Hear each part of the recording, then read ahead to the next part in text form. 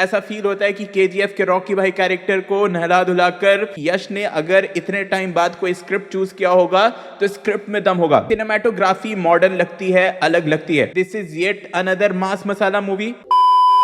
देखो, इस वीडियो में मैं जैसा अपना फीडबैक देने वाला हूँ टॉक्सिक को लेकर, मतलब टॉक्सिक का अभी तक जितना भी मटेरियल आया है, या चाहे वो फर्स्ट टीजर हो या फिर अभी रिसेंट वाला जो नया टीजर आया है, या फिर कह लो कैरेक्टर अनाउंसमेंट, कैरेक्टर इंट्रोडक्शन जो हुआ है, उस पे मैं जो ओपिनियन दूंगा तो शायद उससे बहुत सारे लोग डिसअपॉइंटेड रहेंगे, एग्री नहीं करेंगे, खुश नहीं होंगे। लेकिन मैं क्या कर सकता हूँ यार, मुझे जैसा फील हुआ मैं वैसा ही यहाँ पर बताना चाह रहा हूँ। देखो, ऐसा नहीं कि मैं टॉक्सिक के लिए उतना एक्साइटेड नहीं हूँ। डेफिनेटली मुझे यश का काम देखना था, वो भी इतने टाइम के बाद। केजीएफ के बाद उनका पहला प्रोजेक्ट है, उनका काम देखना है और उनके काम को देखने के लिए मैं बिल्कुल एक्साइटेड हूं। लेकिन अभी तक जितने भी मटेरियल्स आए हैं वो मुझे उस लेवल की एक्साइटमेंट नहीं दे रही हैं। अभी जो मुझे रिसेंटली नया वाला कैरेक्टर अनाउंसमेंट आया है, आई नो उससे बहुत लोग ज्यादा एक्साइटेड हो गए होंगे, लेकिन पर्सनली आई फील कि उस टीजर में ऐसा कुछ नहीं था जो कि उन्होंने बहुत कुछ नया कर दिया। टॉक्सिक मूवी की जब अनाउंसमेंट हुई थी तो पर्सनली आई फेल्ट कि भाई ऐसा कुछ नया दिया जाएगा,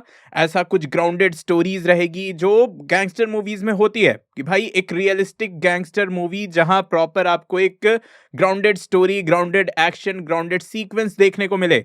लेकिन टीजर देखने के बाद, कैरेक्टर का इंट्रोडक्शन देखने के बाद ऐसा फील होता है कि this is yet another mass masala movie. मतलब पर्सनली मेरी फीलिंग यही है कि केजीएफ के जैसा आपको फिर से एक नई मास मसाला मूवी परोसी जा रही है। जो काम उनका पहले था वही काम उनका यहां भी है। उनके कैरेक्टर में ऐसा कुछ डिफरेंट नहीं दिखा। हाँ, जैसा मूवी का नाम है वो फिर से उनके कैरेक्टर में दिखता है, वो कैरेक्टर टॉक्सिक है ये दिखता है, लेकिन केजीएफ से डिफरेंट क्या है वो मुझे नहीं दिख रहा है। ऐसा फील होता है कि केजीएफ के रॉकी भाई कैरेक्टर को नहला धुलाकर फिर से टॉक्सिक मूवी में ले आया गया है। और अगर आप टीजर से वो कार वाला इंट्रो सीन हटा दो, वो पूरा कार वाला सीक्वेंस हटा दो, तो भाई और कुछ नया नहीं है देखने में।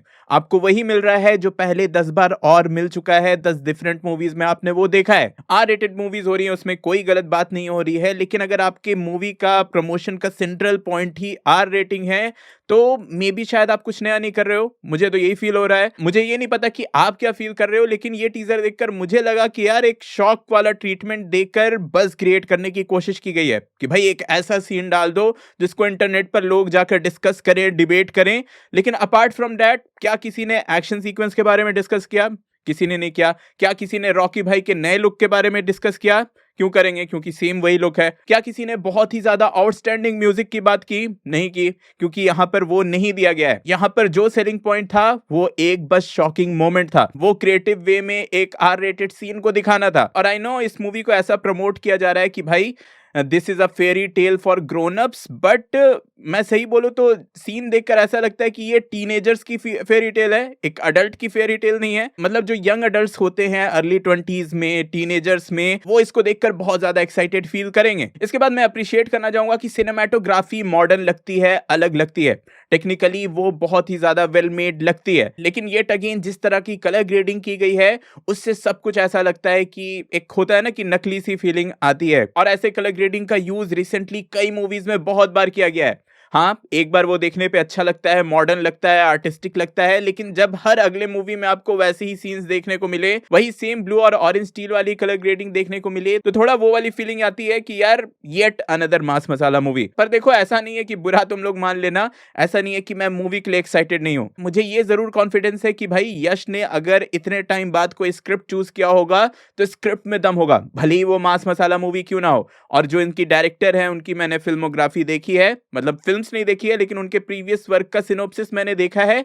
उनका हर काम प्रीवियस काम से यूनिक होता है। तो ये मूवी भी शायद जैसा प्रोजेक्ट कर रही है वैसी नहीं हो रही है। मे बी डायरेक्टर ये जानते हैं, प्रोड्यूसर्स ये जानते हैं कि ऑडियंस को थिएटर में लाना कैसे है, और मे बी जब आप थिएटर में जाओ तो आपको कुछ बिल्कुल ही अलग देखने को मिले। पर्सनली तो मुझे ऐसा भी फील हो रहा है कि यार जैसा सेंसर बोर्ड है हमारा, हमें ऐसा कोई भी सीन भी देखने को नहीं मिलने वाला, ऐसा कोई आर रेटिंग भी नहीं मिलने वाला। मेजॉरिटी सीन्स को कट या ब्लर ही कर दिया जाएगा। पर हाँ, at this point point of time toxic जो है मुझे येट अनदर मास मसाला मूवी फील हो रही है जिसमें आर रेटिंग का तड़का डाला गया है। फिर भी आप लोग क्या सोचते हो, आपका क्या ओपिनियन है, कमेंट में जरूर बताना।